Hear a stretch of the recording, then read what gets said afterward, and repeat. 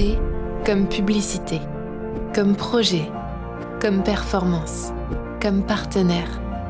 P comme votre agence de communication.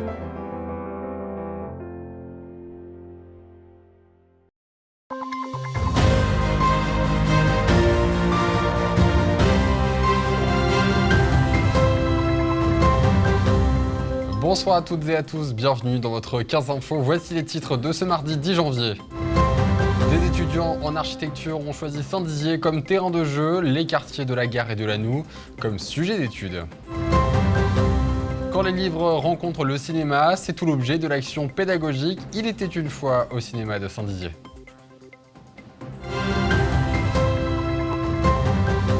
Le 15 novembre dernier, une vingtaine d'étudiants de l'école d'architecture de Nancy ont investi le secteur de la Gare et de la Noue à Saint-Dizier dans le cadre d'un projet d'études. Après observation et entretien avec les habitants, ils ont présenté leurs travaux cet après-midi aux élus de la ville. Un reportage de Thiago Kargovic. Dans le hall de la mairie de Saint-Dizier, les pancartes et les affiches d'architecture occupent l'espace. Elles suscitent la curiosité des visages éveillés, les discussions affluent. Des réactions légitimes puisque ces objets convoités reprennent des plans spécialement dessinés et pensés par les étudiants de l'école d'architecture de Nancy pour la ville de Saint-Dizier. Leur idée était vraiment de faire un pas de côté un peu sur certaines idées que nous avions nous-mêmes.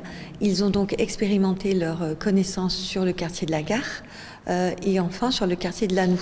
Ce retour des étudiants dans la cité Bragarde, accueillis chaleureusement et attendus par le maire, fait suite à leur première venue au mois de novembre, durant laquelle ils avaient recueilli l'avis de la population pour repenser ces deux quartiers. Aujourd'hui, ils présentaient le fruit de leurs travaux. Leurs idées, eh bien, nous allons nous en inspirer parce que vraiment, ce sont de belles propositions et vraiment très inspirantes. L'objectif de cette proposition est double. Pour les étudiants, leur permettre de se familiariser avec les attendus professionnels futurs et pour la ville, répondre aux problématiques actuelles liées à l'urbain. Il existe un marché qui est, on va dire, moins dynamique que dans les métropoles, mais où il y a un véritable enjeu pour raccrocher à la fois une population qui peut se sentir parfois délaissée et reconquérir un patrimoine bâti et arrêter d'étendre la ville sur des espaces agricoles et naturels.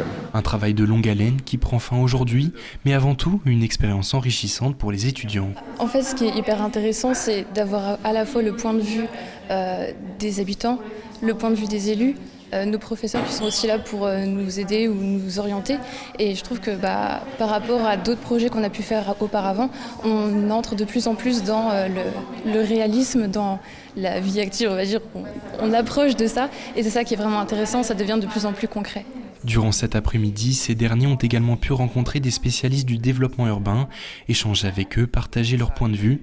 C'est ainsi, sur cette touche de convivialité, que se clôt cette aventure collective, pleine de promesses pour le futur de la ville. Depuis octobre dernier, la médiathèque de Saint-Dizier, en partenariat avec le Ciné-Quai, propose l'activité « Il était une fois au cinéma » pour les enfants à partir de 3 ans, une activité qui mêle lecture et court-métrage pour la jeunesse. Un reportage en salles obscures de Manon de Fontis. Les lapins noirs sont bien trop gourmands. Et si on les chassait sur le champ? Les lapins étaient les héros du cinéma de Saint-Dizier le temps d'un après-midi. Samedi dernier, une vingtaine d'enfants ont participé à l'activité « Il était une fois au cinéma » proposée par la médiathèque Bragarde en partenariat avec le Ciné-Quai depuis octobre dernier. C'était une volonté et pour le cinéma et pour nous de montrer qu'en fait les livres et les films n'étaient pas opposés et que ça pouvait aller ensemble, surtout quand on est enfant et qu'il y a beaucoup d'adaptations de livres et ça permet de voir que les deux des fois sont exactement la même histoire mais de façon différente. Après avoir écouté les aventures des lapins, les enfants ont pu profiter du 7e art lors de la projection de courts-métrages pour la jeunesse. C'est l'hiver, le glacial, le venteux.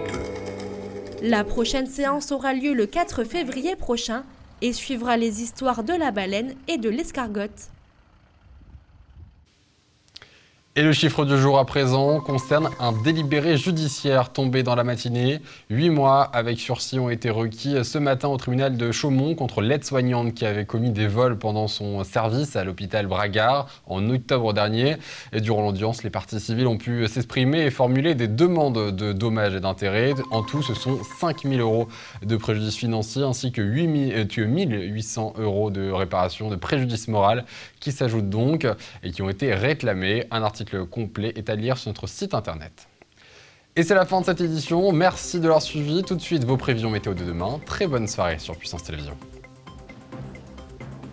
Toute l'actualité qui vous concerne, à voir et à revoir dès maintenant sur puissancetélévision.fr et sur notre application mobile.